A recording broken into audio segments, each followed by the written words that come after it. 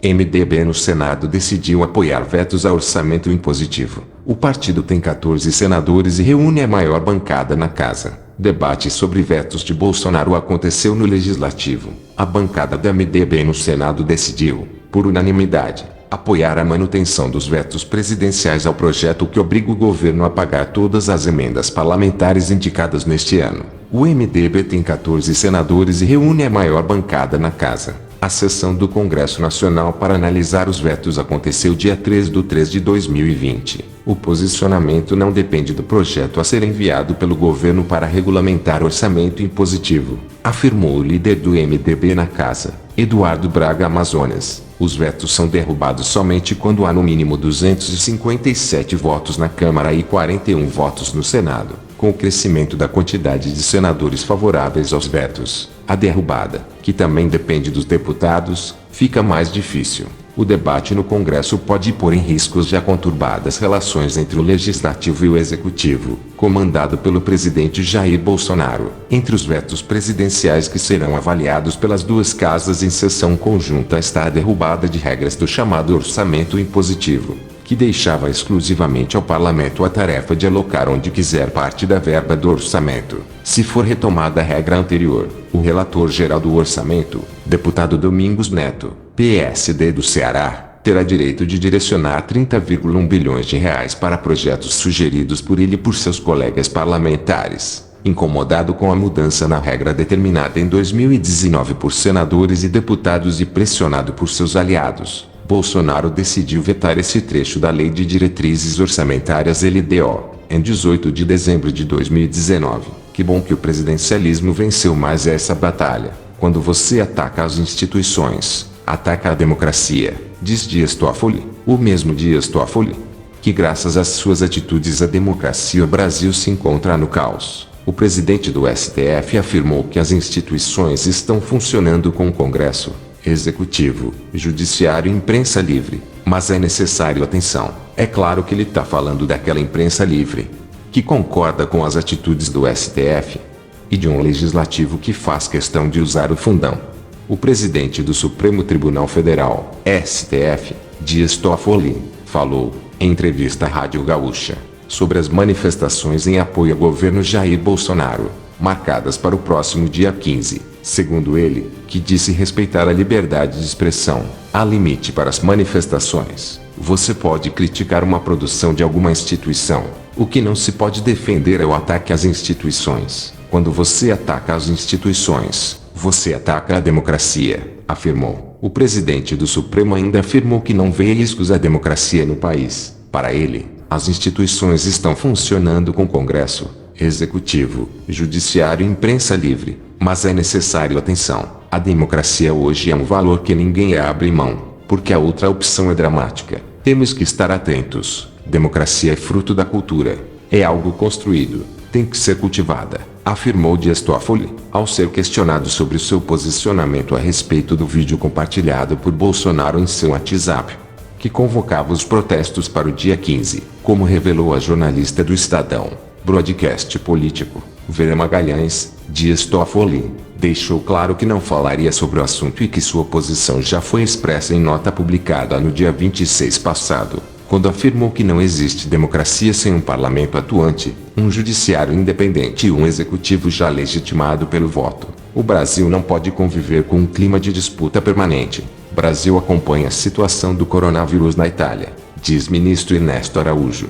Afirmou que seguirá as orientações da Organização Mundial da Saúde para evitar que a epidemia chegue ao país. O ministro das Relações Exteriores, Ernesto Araújo, afirmou que o Brasil está acompanhando a situação do novo coronavírus na Itália e seguirá as orientações da Organização Mundial da Saúde (OMS) para evitar que a epidemia chegue ao país. Não faríamos nada isoladamente, disse o ministro. Segundo o chanceler, o acompanhamento está sendo feito por meio do Ministério da Saúde, após surgir na China e provocar mais de 2.500 mortes no país asiático. Os casos do novo coronavírus começaram a se propagar com velocidade na Itália. Foram ao menos 219 casos registrados e 6 mortes, segundo os últimos relatos. Diante da situação, o governo italiano colocou ao menos 11 cidades no norte do país sob quarentena numa tentativa de conter a propagação do vírus. Mais cedo, o embaixador do Brasil em Roma, Hélio Vitor Ramos Filho,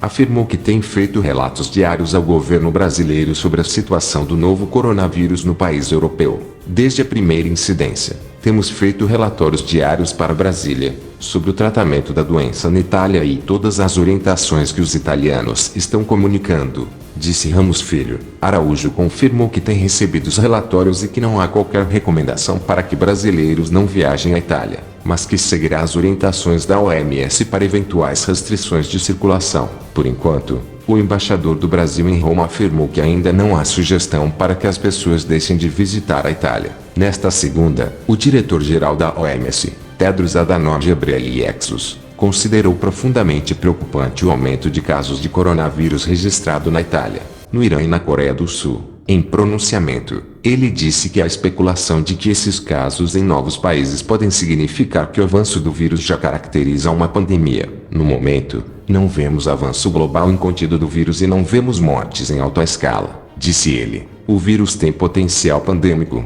com certeza. Estamos lá, achamos que ainda não. Jucai e Halpi foram denunciados por corrupção envolvendo a Transpetro. Ex-senadores do MDB são acusados pela Operação Lava Jato de receber propina em esquema que buscaria facilitar contratos com a empresa. A força-tarefa da Operação Lava Jato no Ministério Público Federal no Paraná ratificou a denúncia oferecida pela Procuradoria-Geral da República contra os ex-senadores Romero Jucá e Valdir Halpe, além de Sérgio Machado, ex-presidente da Transpetro, e outros executivos por envolvimento em esquema de corrupção. A denúncia aponta a prática de corrupção e lavagem de dinheiro em contratos celebrados pelas empresas NM, Engenharia, e Odebrecht Ambiental, com a Transpetro, que geraram pagamentos ilícitos aos então senadores do PMDB, atual MDB, entre os anos de 2008 e 2010 e em 2012. As investigações começaram em inquérito que tramitou no STF, já que os investigados tinham foro privilegiado.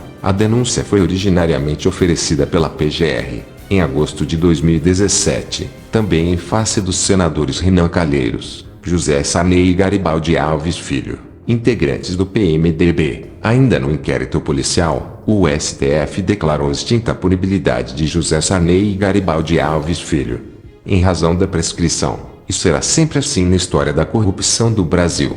O que o STF não puder livrar, vai deixar prescrever. Após a perda do foro por Romero Jucá e Valdir Halpe, o STF manteve sob sua competência apenas as apurações relativas a Renan Calheiros e, em fevereiro de 2019, determinou o envio da investigação quanto aos demais para a Justiça Federal do Rio de Janeiro, em maio de 2019. Contudo, o ministro Edson Fachin reforçou a competência da Justiça Federal do Paraná para os casos envolvendo a Transpetro e redirecionou o inquérito policial para a 13ª Vara Federal de Curitiba. Os autos foram recebidos apenas em 17 de dezembro do ano passado.